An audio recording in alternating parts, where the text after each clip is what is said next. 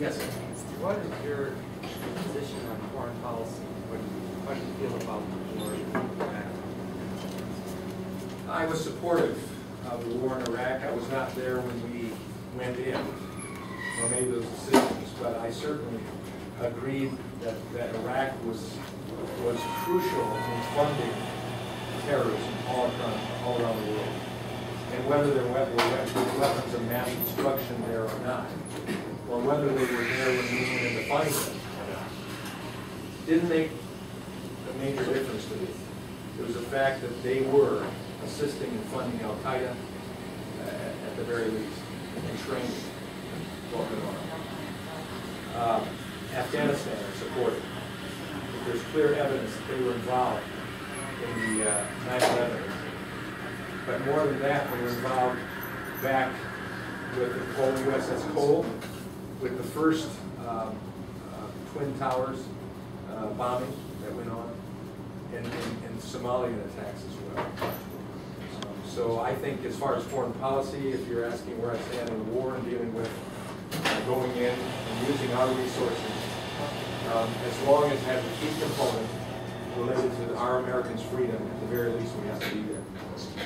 And when you see, my daughter's she's a missionary in Uganda, in Kampala, Uganda, and there are several of her close friends and associates as victims in this bombing that went on with the Somalian terrorist organization.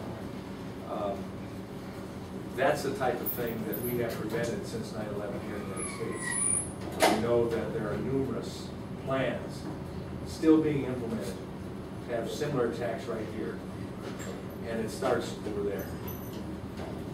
The war on terror has to continue, and sadly I think it will continue the rest of our life, sometimes hotter than our future.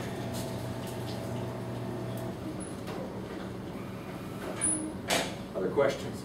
What do you think about the fact that they're not going to charge the Black Panthers, for instance, in the situation at the polls, at the elections, and they have proof of it and everything, but they're just dismissing it as sorry. Well, I grew up on the south side of Chicago. My father and mother chose to leave our neighborhood at 73rd and Yale, but because the Blackstone Rangers and Panthers were exacting protection fees for us to stay safe in that community. And my dad was not capable of paying those fees and did not want to pay those fees. If you allow that type of thing to go on the ballot box, what a chilling effect it will have on liberty in this country. I only know what I saw in the pictures, what I heard from the audio taping of what was said there. And what I saw cannot be America in the present or the future if we're to survive. And so for that to be dismissed, if that's the facts of what happened, I don't understand it, and I can't support it. And if I were in a majority position and had the opportunity to hold hearings, Eric Holter in the Justice Department was brought in, and the justice official lawyer that was assigned to prosecute this case and was ultimately told to get off the, let it go. He'd be one of the first witnesses. Some of you may have heard him give testimony on some of our talk shows. Pardon? How do you feel about gun control? Second Amendment.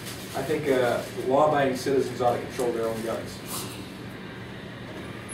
Can that be repealed by the president? The Second Amendment? Yes. No, it cannot.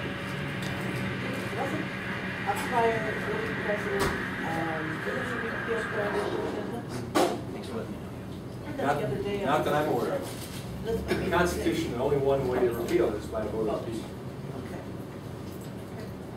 And now courts can, as they've done, they can reinterpret it. Again, that's why those of us who believe in the Second Amendment have to stand up and that comes to the ballot box. That's where we revolt.